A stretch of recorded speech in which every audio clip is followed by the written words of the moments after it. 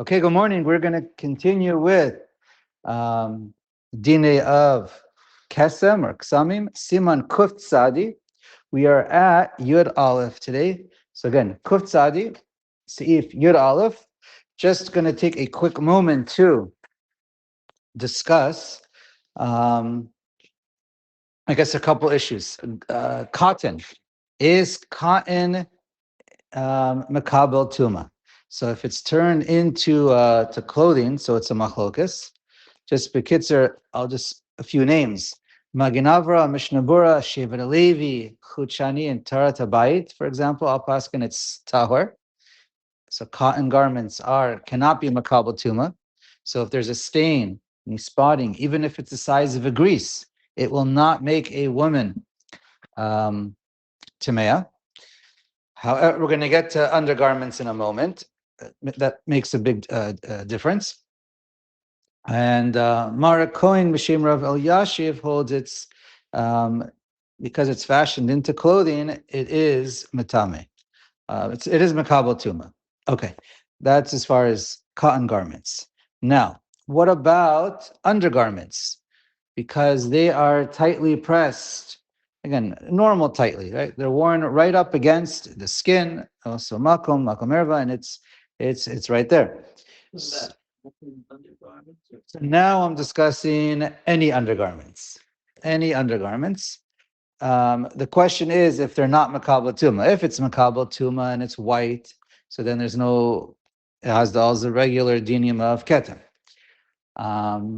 What about if it's something that's you would normally not say it has a din of ketem? Is undergarments or anything that's pressed up against the yosem makom and it's basically seals it off? Does that change? Well, if it's tightly against it, we'll wait for the other caveat. So, anyways, so undergarments, right? The underwear, it's right up against your skin in that area. So, therefore, it's a discussion. Some hold, in other words, al pashtus, Chazal don't really discuss it. We always just have the klalim that we had in the Shulchan Aruch. And they did not wear undergarments right around their skin that way. So it wasn't an issue. Some poskim nowadays hold that she is timeya.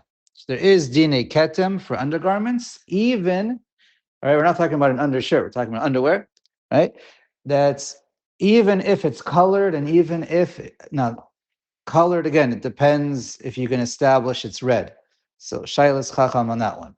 But the main issue we're discussing right now is, let's say, white cotton underwear. So since it's tightly against her, some hold it has the same din as her skin, her flesh, bisara.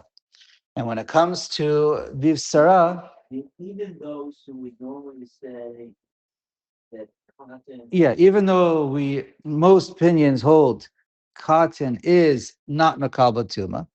So let's go on that one. Synthetic garments, cotton garments that on the assumption it's not makabel tuma, right? Certainly, if it's a makabel tuma, there's a din of ketem. If it's not makabel tuma, so then since it's against her skin, it has the same din as bivsara, as her skin, and therefore there are some certain chumras by bivsara versus garments we mentioned. So therefore, there is a din of ketem, even if the garment's not makabel tuma. Another again, I think it's a das yachid, but another reasoning for some who are machmer to say that she has the din of ketem is din of masa. We're not going to get into that now, but there's a din of tumantara of masa, and that creates an extra issue. Yeah, carrying. Tumas masa. Mem sin aleph, but not for today. That was just to be complete. Now the opinions that say she's tahor lamaisa. So just one opinion to throw out there is taras abayis, but ask your Rav, and a couple opinions to say it has a din of tamea, of ketem, at shevet alevi and chut shani. So that's when it comes to cotton garments. Now, what about pads, sanitary napkins, uh, sanitary pads? So, what's the din on that one? So, a little bit similar to what we just talked about, cotton. So, a woman, she's wearing pads. Again, we're not talking about tampons. That is a bedikas pnim, but we're talking about just pads or napkins that's worn right tight against the skin, right between there and the underwear. So, what's the din? So some are machmer. Why? In other words, well, the first, some say it is makabel tuma because it acts as a base kibble. It's made as a receptacle to catch the. Again, it's not a real cup, but it is made to act as a receptacle to catch and hold the blood. So therefore, it has a din of it's mishamish kakli kibul, right? It acts as one, and therefore it is makabel tuma. That's one opinion. Another one is we mentioned beef sarah. We considered her skin because it's against her skin. Another reasoning for those who are machmer is because it's a masa. It has a din of masa, and therefore it doesn't have to have that same base kibble. Another opinion holds it's has a din of a malbush because it's pressed up against her undergarments. So it becomes batel, and whatever applies to the undergarments, again, we discussed that, whether it is or isn't. But since it's pressed up against it, it follows the malbush, and therefore it is considered a base kibble. I mean, it's considered able to be a makabel tuma. Another reasoning is because so this is another chashash that we mentioned before that when a woman has her period, we assume it's tamea, she's tamea de'araisa, even if there's no hargasha, and you don't apply all the rules of ketem. So when a woman's wearing pads, it can absorb a lot, and you might not see a lot at first. Again, what is that amount? Where does the period count? All that's it's very it's not clear in the poskim at all. But this is goes into one of the reasonings why if a woman has a pad, some will hold if there's a ketem the size of a grease, some will say she is tamea, because really maybe it's a lot more than a grease, and it's the beginning of her period, and therefore it's a din of tamea deraisa, not even bound by the rules of ketem. So those are all the rationales, the reasonings for those who say it's aser. We treat her as a tamea. And the reasonings for those who say it's not, it's she's mutter 100%, right? Because we're talking about spotting, right? It's not a bedikas panim, and therefore we have all the rules of ketem and all the kulas that come along with ketem. So again, what are the reasonings? Is it's not a material that's makabel tuma. It is not a cup in the shape of a base kibble to receive. So therefore, again, it's not makabel tuma. Also, the garment is too small. We mentioned that in order for, again, it depends on the size, but we did mention it. Potentially it's too small, that there is a minimum shear of 3 by 3 etzbaot, that area.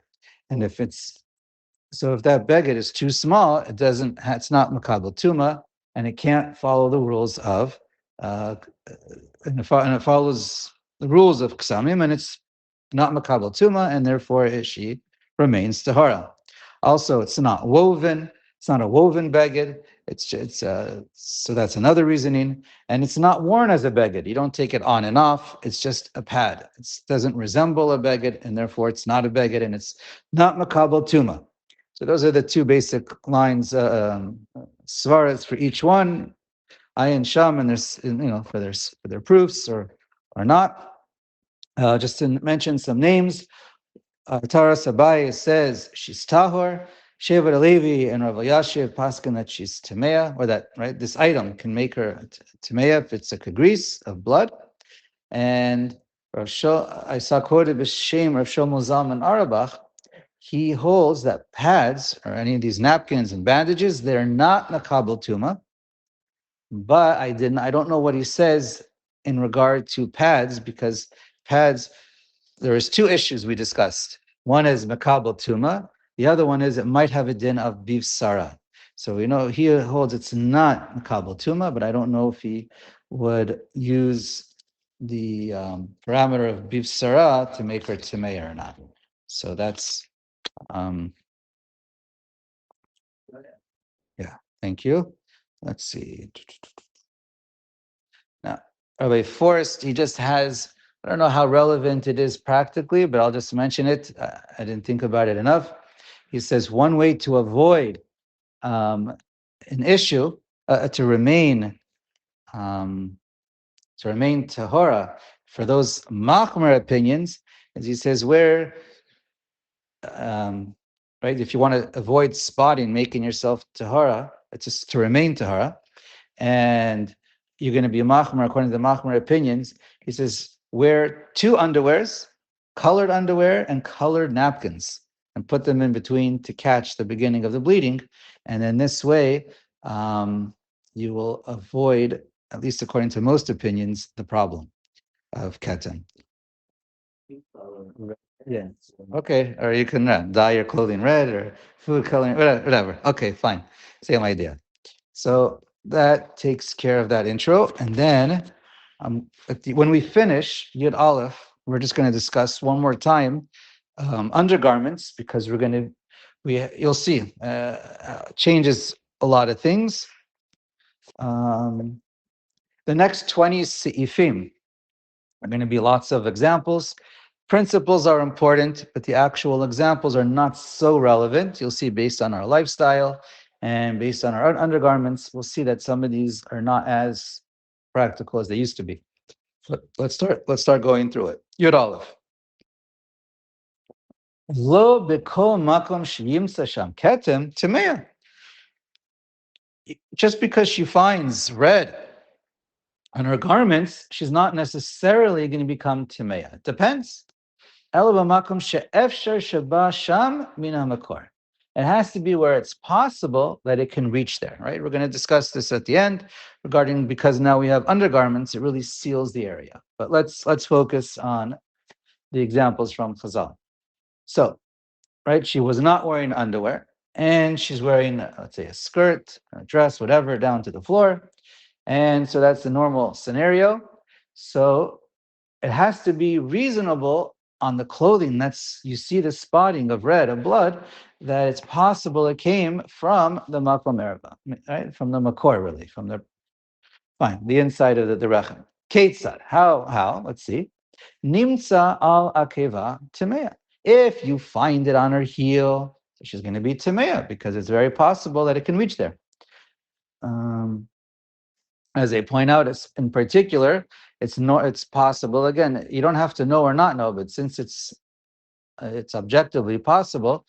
Let's say a woman sits in a cross-legged position, so it's very easy, for example, for it to reach there. I mean, it can drop, but also it can get really close. You just sit like that.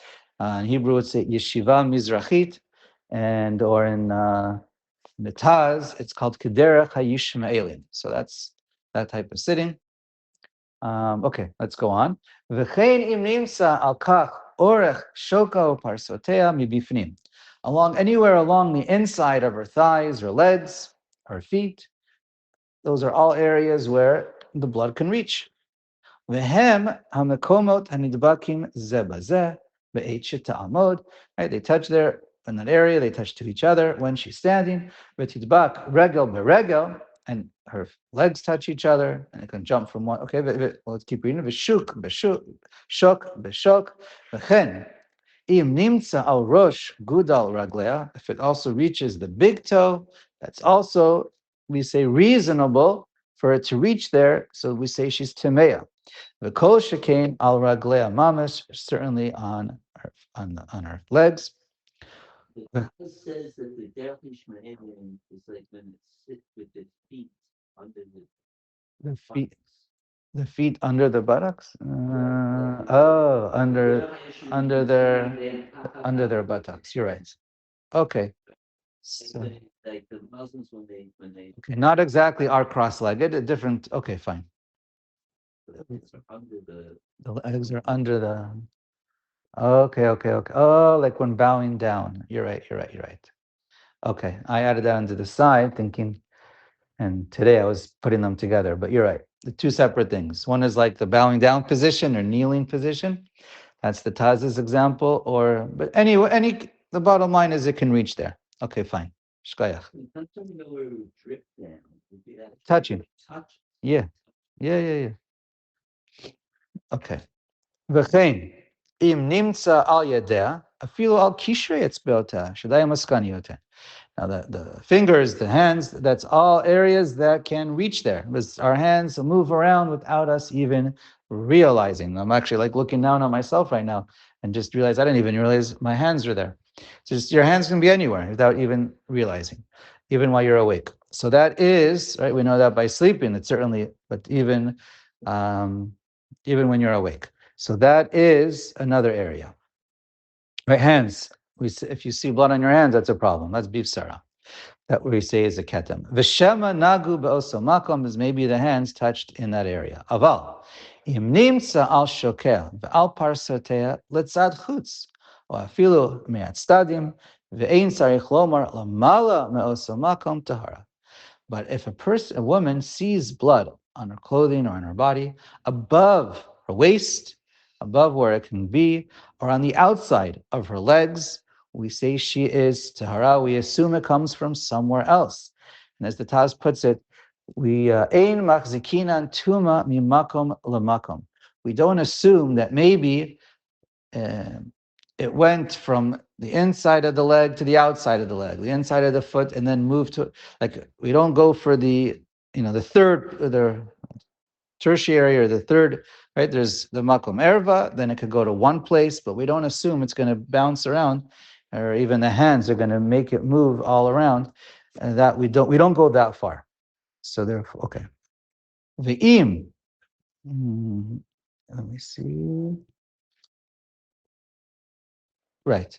And we say she's, as the Shach points out, we say she's Tahara, even if she didn't go to a place, as long as it's above her waist, or on the outside of her body, we don't say that maybe, we say for sure she's Tahara, even if she has no idea that she went to a place where there's red or there's blood, like she went to a shuk of a slaughterhouse. Even if she didn't go to any place where there's red paint, no matter what, since it's not likely to come from the makor, we say she's tehara. Okay, let's continue. V'im yodat sheniz dakra. If we know, though, she did some, I don't know, aerobic exercise or just some movement, some stretching, somersaults, whatever she did, that she, v'higbiya raglea lamala, but if she knows she lifted up her legs above, wherever, the waist, wherever it could have lifted to, mikol makom shetimtzena afilu lamala me'achagor ben milifnei ben milacharei, afilu avra b'shuk shel tabachim or nitaska b'ktamim. So then, once we find it on her, then, and it can go above, then we say she is, right, since she gave a possibility of it going, of it being upwards, we say that maybe that touched the garments, and therefore she became Timea. Okay, I guess the Emak Sakin and Tuma, Makal and Makal by the Taz was by the hands. But, okay, let's. Yeah, the Torah Sham does like that so much. Okay, fine. So Ayin Sham, but okay, but it doesn't change. It doesn't change the halacha. What's in the Psak Shulchan Aruch? Fine. Vidavka. 1 second.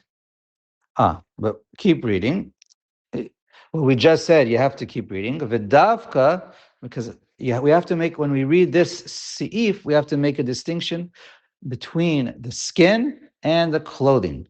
Okay, so let's keep reading. As far as when you're tola to the slaughterhouse, or she was dealing with other stains or dyes or paint. So let's keep reading. V'davka keshenimtza al besara lavad. Now, if it goes above your waist, so then we say she's for sure temeya, right? Midin ketem, if it was on her skin above the waist. If it was on clothing above, even if she goes by the slaughterhouse. But if it's on clothing above the waist, then we can say no, what takes precedence on our assumption is we say it was from the slaughterhouse, or the dye isn't paint she was dealing with. So it's a little hierarchy of where you assume. V'gam al chaluka. V'davka b'nisal al basar. That's what we said. That's what we just read before. Aval. Im nimtza al basar v'gam al chaluka. If you find it only on the clothing or on the skin and the clothing, then we say im avra b'shuk shel tabachim or nitaska b'ktamim. Then she was in a place where there's blood, in a place where there's paint. So then tole bo bein. Right, we're talking about paint that might look like blood, obviously. So then tole bo bein shenimtza lamata me'achagor ashekbia reglea v'nimtza lamala me'achagor. Then it makes no difference. We always say she's tahor. If it's on the garments, then we always are makel and assume it's from the slaughterhouse. But from clothing, for the skin, we're a mar machmer and we say it came from the makor. But it all depends on each case, individual, on the metzius, and okay. What are we saying? This applies keshenimtza ketem al besara bilvad einatola. But if it's only when it's on the skin, we're not tola on that. Keshein la litlot ela be'esek haktamim o b'shuk shel tabachim. Now we just said the skin takes precedence of chumrah, and we don't assume it came from the tabach from a slaughterhouse. But, however, again an important but. אבל אם יש מכה בגופה שיכולה לתלות בה שאפשר שיבוא אדם ממנה תולה בה ותערה. But what's even more important, takes precedence, is a damaka. If a woman has some kind of a wound where there is bleeding from it, or there was bleeding from it, and maybe the scab opened up, if there is potential bleeding from blood from the wound on her skin, on her body, that we assume first. And so that takes us lakula. We say it didn't come from the makor, it came from a maka, from her wound. But then afterwards, then the hierarchy is skin, and then you can only afterwards you go to the slaughterhouse. Okay. ואם המכה בכתפיה והכתם על ירחה במקום שאי אפשר לבוא מהמכה טמאה. But it has to be a makkah that can reach the area where she got the ketem. If it's in an area that can't reach, other than moving it with your hands, right? The hands is really for sure the thing that we don't rely on. But if it's the makkah where it's on her shoulder and there's no way, I don't know, maybe on her back, whatever the situation is, and there's no way to be, right? It depends where you find the ketem. But if you have no way to be litlot that it went there, rationally, reasonably, so then she stays temeya, and we assume it came from the makor. Again, everything needs what's it called? Wise common sense, whatever. Anyway, just to point out something, nowadays, because of garments, or underwear, nowadays, which is generally speaking, where it's sealing the area. So again, we'll continue tomorrow reading. Hopefully, we'll get through most of the next run of seifim, which are all basically examples and applications of what we already learned. But the main yesod that's important is nowadays when women have the area completely sealed, so that changes everything, right? Because you can't be tola. So lakula, it means that if you find blood spots on your pants or on your skirt, on your whatever she's wearing, her shirt, whatever it is, or socks, whatever it is, you are not going to. But her undergarment is white and clean, and there's nothing there, or whatever, it's clean and it can't get out. There's no way for it to get there. If it's always there, again, how women are, it depends. But if part of the day she doesn't wear, she walks around, or I don't know. But whatever it is, as long as it's always covered and sealed, as long as that's clean from any bleeding, and you see something somewhere else, then you always assume it came from somewhere else because it can't get there. It's as if it's on the top half of the body, from the cases of the Mishnah and the Shulchan Aruch. So therefore, wearing undergarments makes a great kula for ktamim. right? For the rest of her clothing, obviously not for the undergarments, not for the underwear that she's wearing right around the area. But it also means if that area has bleeding, then generally, if you see spots on her undergarment that's sealed in that area, you often, again, it depends on the situation, but you often can't now be told on going to the slaughterhouse or dealing with paint because it goes both ways. Mostly lakula, but it does go both ways. That was just pointed out from Shevet Alevi and Pischei Tahara and the other svarim. Okay.